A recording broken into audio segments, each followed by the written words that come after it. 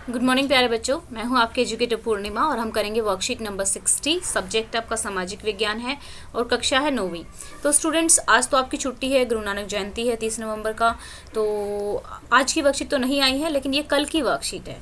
ठीक है, तो आप लोग आराम से कर लेना इसको, कल तक सुबह भेजनी है आपको, कल आपके पास आएंगी वर्कशीट। तो चलिए, बहुत इंटरेस्टिंग सा वर्कशीट है, मैप वर्क आपको करना है। तो ये आपका एनसीईआरटी का चैप्टर नंबर 4 है, भूगोल की बुक का। ठीक है, जलवायु। तो हमने जब वर्कशीट की थी तो उसमें हमने देखा था कि बारिश कैसे होती है, बारिश किस तरीके से स्टार्ट होती है, क्यों होती है, ये सब चीज़ें देखी थी। तो उसी से रिलेटेड हमें क्वेश्चन करना है। तो यहाँ पे देखो, मैं थोड़ा सा आपको बता देती हूँ। जैसे यहाँ से क्या होता है कि जो मानसून में जो विंड्स होती हैं वो रिवर्स हो जाती हैं और यहाँ से पानी लेते हुए वो यहाँ पहुँचती हैं। तो यहाँ पे वेस्टर्न घाट की थोड़ी थोड़ी पहाड़ियाँ हैं, यहाँ टकराती हैं और यहाँ पे बारिश करती है। तो केरल में पहुँचती है 1 जून को, और ऐसे जो है इस तरीके से बारिश करती हुई जाती है। फिर 5 जून को यहाँ तक पहुँचती हैं, फिर 10 जून को यहाँ महाराष्ट्र, एंड फिर यहाँ पे देखेंगे दिल्ली वगैरह में ये यहाँ पे जून 15 तक पहुँचती है हमारे यहाँ पे।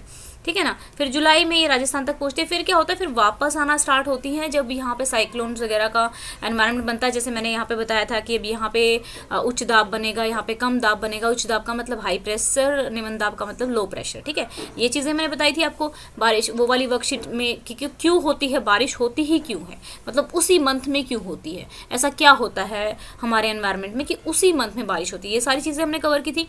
तो आज की वर्कशीट में आपको क्या करना है, उन चीज़ों से रिलेटेड आपको आंसर देना है। तो पहले तो हमें देखो, ये आपकी एनसीईआरटी की बुक खोलनी है, जैसे कि मैं बोलती हूँ आपको। चैप्टर 4 पे जाना है और ये वाला मैप देखना है। मैप को ध्यान से देखना है। आप ये देखो कि अबव 400 से ऊपर हमारे देश में कहाँ कहाँ पर बारिश होती है। तो डार्क ब्लू यहाँ पर है, ये अरुणाचल प्रदेश है।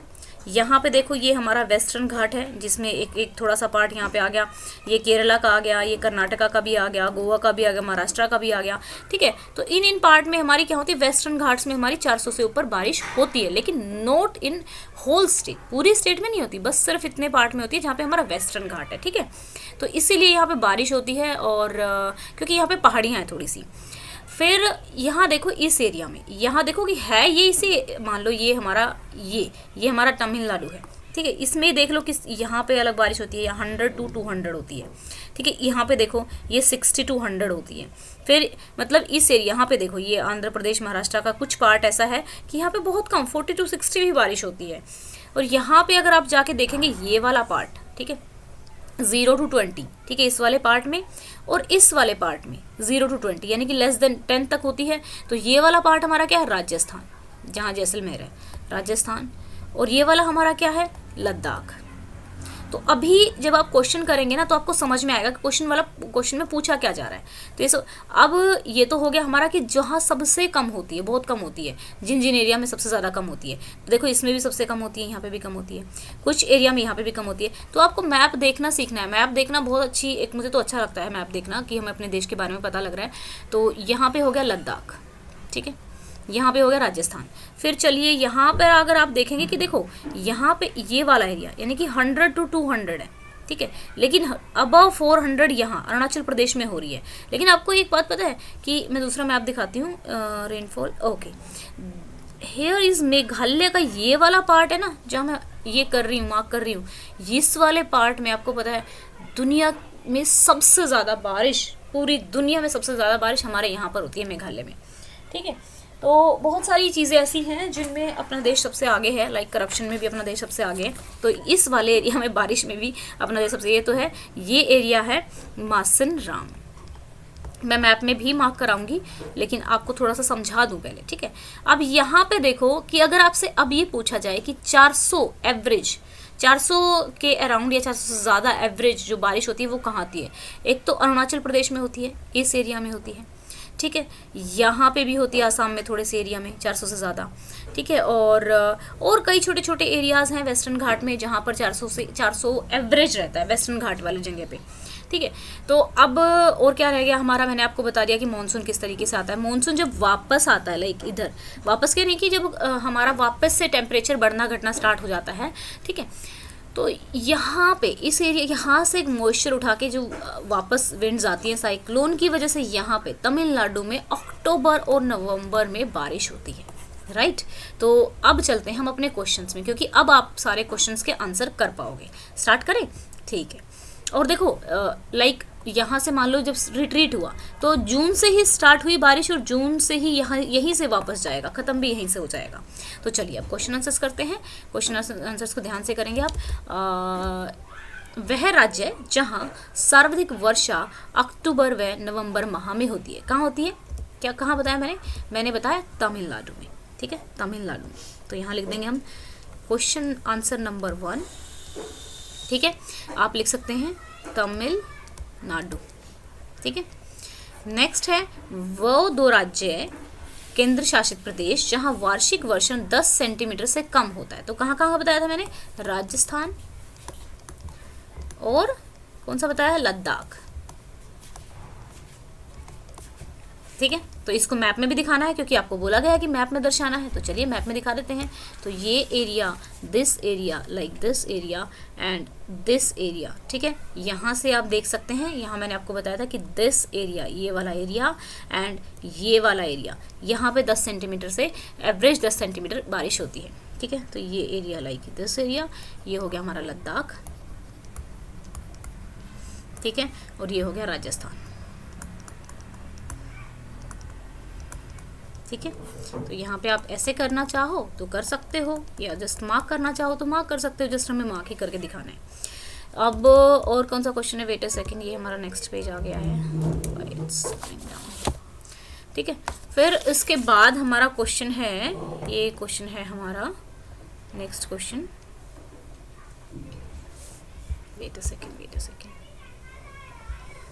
आप लोगों को ये आपकी जो एनसीईआरटी की बुक है उसमें से भी कवर कर लेना है। अगर आप अच्छे से कवर करेंगे तो मतलब देख देख के करेंगे तो अच्छे से याद रहेगा। ठीक है, सारी चीज़ें आपको याद हो जाएंगी। तो अब नेक्स्ट क्वेश्चन है वो राज्य जहां मानसून वर्षा सबसे पहले प्रारंभ होती है और अंत तक होती है। ठीक है, तो वो है हमारा केरल। ठीक है, केरल। नेक्स्ट है हमारा वह राज्य जहां औसत वार्षिक वर्षण 400 सेंटीमीटर से अधिक है। कौन सा बताया मैंने, अरुणाचल प्रदेश। ठीक है, इसने राज्य पूछा है। अगर इसने रीजन पूछा होता ना तो हम वेस्टर्न घाट भी लिख सकते थे और नॉर्थ ईस्टर्न रीजन भी लिख सकते थे, लेकिन पर्टिकुलर राज्य पूछा है।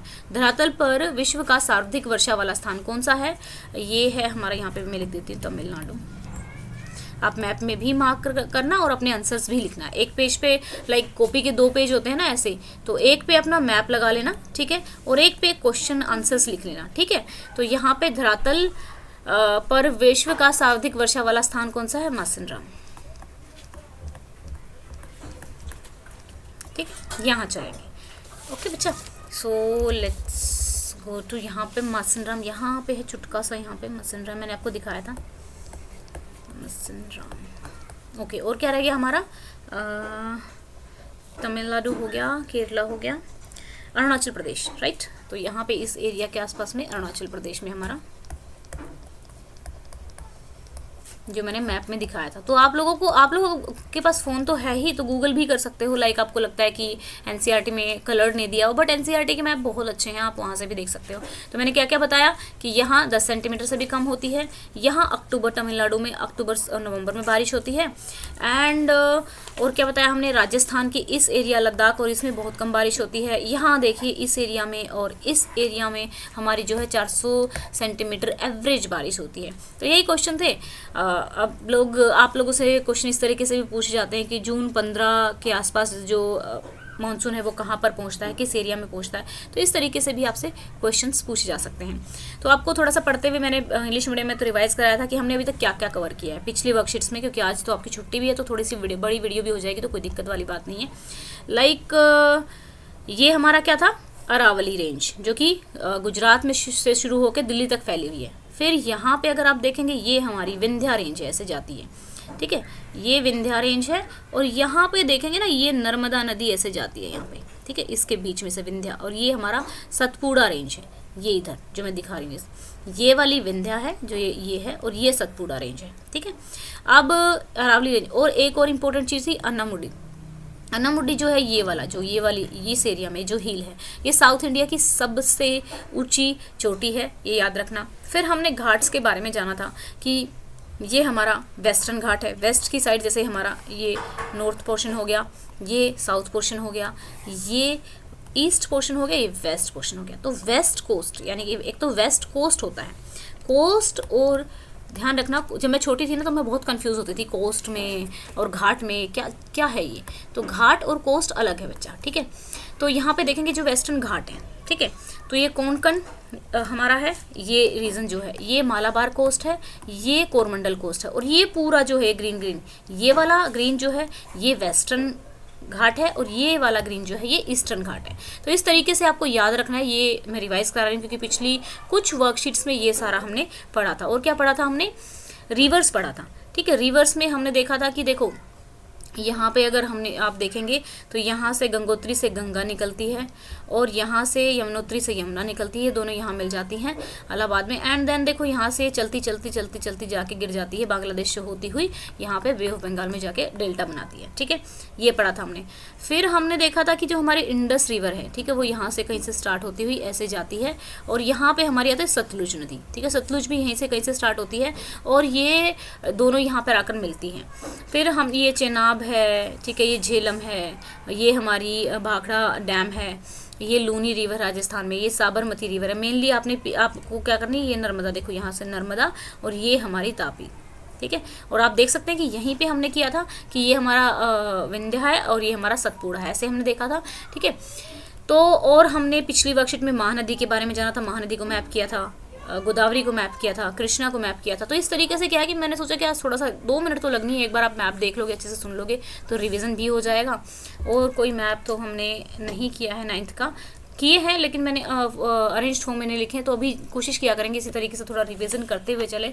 बाकी आपके जो जूम एजुकेशन 9-10 है, ठीक है, जूम एजुकेशन जिस पे सिंपल लिखा हुआ है वो हमारा वर्कशीट का चैनल रहेगा, जिसमें हम वर्कशीट डालेंगे सभी क्लासेस की, ठीक है।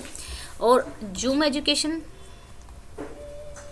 9th एंड 10th जिस पे लिखा हुआ है उस पे 9th एंड 10th की पर्टिकुलर NCERT डाली जाएंगी और आपके चैप्टर कवर कराए जाएंगे। अब बात आती है जूम एजुकेशन 6, 7, 8 का, तो 6, 7, 8 वालों को ही बता देंगे, आपको बताने की क्या ज़रूरत है ना, उनका अलग है। तो अभी जैसे मैं देख रही थी तो वीडियोस का अराउंड 1 हफ्ते बाद अगर वीडियोस को देखती हूँ तो उनके जो लाइक हैं वो अराउंड 2000 क्रॉस कर चुके हैं। तो मुझे लगा क्यों ना हम टारगेट ही 2000 का रखते हैं, ठीक है। तो 2000 लाइक का टारगेट रखते हैं। And student, thank you so much for your love and support.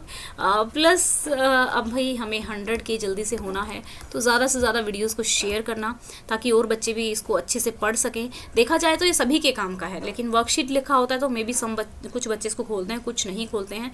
तो अगर आपके फ्रेंड्स हैं, आपके कुछ रिलेटिव्स हैं जो 9th-10th में, तो आप उनको ये वीडियोज़ भेज सकते हैं, ओके। सो जो भी लिंक जो है आपके क्लास वाइज लिंक मैं वैसे डिस्क्रिप्शन में दे देती हूँ कि सारे की सारी प्लेलिस्ट के, सो दैट कि आप पिछली पुरानी वर्कशीट अच्छे से कर सकें। Thank you, have a nice day, may God bless you.